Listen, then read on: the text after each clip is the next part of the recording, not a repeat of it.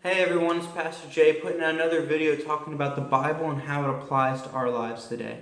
And today we're actually going to be starting a new series that I'm going to be going on with for the next couple weeks. And the series is called Meeting God in the Old Testament. And what we're going to do is we're going to take a look at some people who actually met God, who had face-to-face interactions with God. And we're going to ask ourselves the question, what can we learn about God through this whole thing? So we're going to be looking at different stories, and today we're going to be looking at the story of Moses at the burning bush. And we're going to look at a time that he met with God, and we're going to see what can we learn about God through this story. Now, we have this big question in the culture today, in the world around us. We have this huge question. The question is, who is God? And people answer it so many different ways. We have some people say that, God is everything around us. God is all of creation. We have some people saying, God is myself. We have some people saying God is happiness or satisfaction. Some people say God is money. Some people say God is dead. There's no such thing as God. Ariana Grande put out a song saying God is a woman. Some of us, when we think of God, we think of Morgan Freeman from Bruce Almighty. We have this image of what God is supposed to look like. And today we're going to be looking at a story where God kind of gives a picture of himself, and he says, you guys want to know what I'm really like? Well, I am who I am. We're going to be looking at a story in Exodus chapter 3 today. And to kind of set the background for this story, Israel was enslaved in Egypt at the time. They were prisoners in Egypt, and they were actually prisoners in Egypt for over 400 years. To put that in perspective, that is longer than the life that America's been a country. And that's the amount of time that they had been slaves in Egypt. They had been forced to do manual labor. They had been forced to just endure extreme hardships.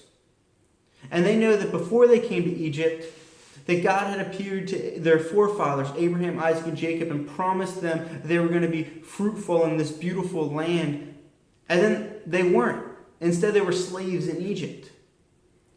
There must have been a lot of confusion about who God really was and whether or not he was really there. And after these 400 years, God appears to Moses. And Moses was 80 years old at the time, so he had spent a good portion of his life kind of waiting to see what was going to happen. And what happens is Moses is tending sheep, and he sees this burning bush, and the bush is on fire, but it's not burning up. So he kind of gets interested by it, and he comes over towards it, and God says, Moses, Moses, you need to take off your sandals because you're standing on holy ground.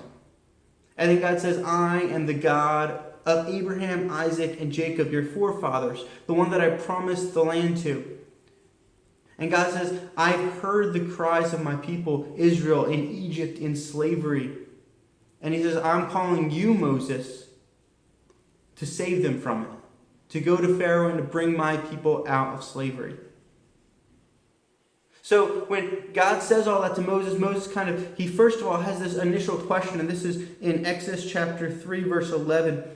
He says, who am I that I should go to Pharaoh? So Moses, his first question to God is, who am I that I'm supposed to be this person that you're calling?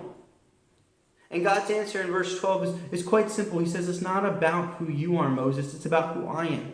God says, I'm going to be the one who's with you. Therefore, you are going to be enough. It's not about who you are. It's about who I am.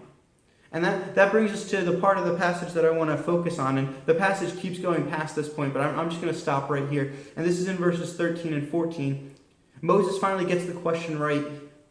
In verse 13 he says, if I come to the people of Israel and say to them, the God of your fathers has sent me to you, and they ask, what is his name? What shall I say to them? So Moses is asking, okay, God, if you're saying that you're going to be there with me, who are you? What should I call you by? What's your name? And then in verse 14 we get, God said to Moses, I am who I am. Say to the people of Israel, I am has sent you. So we get this name of God, and it's a very simple name, but it's a very profound name. God says, I am who I am. There are a couple things that we're going to learn from this, and there's probably more that we could do, but I only have a limited amount of time. The first thing that I wanted to talk about is the fact that God is real. He says, I am. Not, I'm a figment of your imagination. Not, I'm one of the fake gods of Egypt, because Egypt worshipped many different gods. They had a god of the sun. They had a god of the dead. They had a god of the sea. And then there were other gods outside of Egypt that people worshipped. Balduk, El, Asherah, Baal. All these gods that people worshipped. And God said, I am not like them. They're all fake gods. They're all things that people have invented. But instead, I am the real God. And that's important for us today because we make up gods. You know, we don't call them gods. We call them superheroes, whether it's Spider-Man or Iron Man or Superman or Batman. We call them TV characters or movie characters that are heroes in their own right. They do these fantastic things. We look at video game characters and we make them into our gods. And you know, all of these gods are really just strengthened versions of ourselves. They're really just, you know, us to the max. And that's often how we think about gods when we create our own. But God's saying, I'm not in that category. I'm not like that. I'm not something that you think about. I'm not something that you reason. I am who I am. And that brings us to the second thing that we see about God. The first one is that he's real, and the second thing is that he's independent of us. God doesn't need us for him to be God. He doesn't need us to understand him. He doesn't need us to have a good name for him. He simply just says, I am who I am. Irrelevant of who you think I am, irrelevant of who you say I am who I am. And that's important for us because we have a lot of things that we ascribe to God. And, you know, we use some biblical terms and they're good terms. We talk about him as a father. We talk about him as a judge. We talk about him as the Prince of Peace. And those are all biblical ideas for God. But at the end of the day, God is God. And God doesn't need us to define him.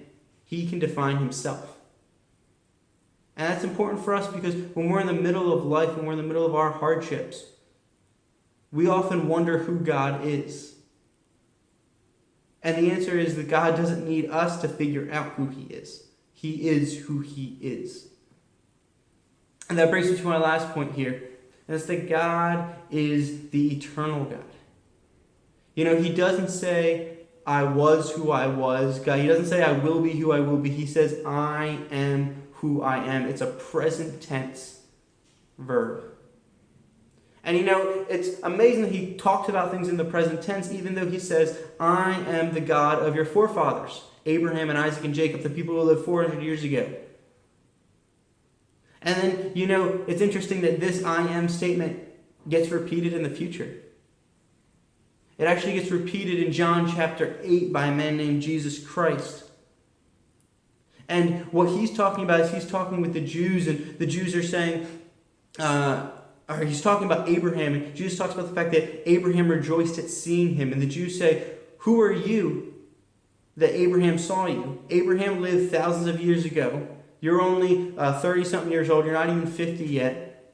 And then Jesus makes this profound statement. This is in John chapter 8, verses 58. Jesus said to them, truly, truly, I say to you, before Abraham was, I am. Jesus claimed the present tense of that statement. Before Abraham was, I am. And it was so profound that the Jews immediately picked up rocks to stone him because they knew what he was claiming. They knew that he was claiming to be the same God that Moses saw at the burning bush. And in fact, Jesus is that same God. Jesus is the I am. He's the eternal God. And he doesn't need us to define him. At the end of the day, when we have to ask who is God, the first answer that we have is God is God. He doesn't need us to define him.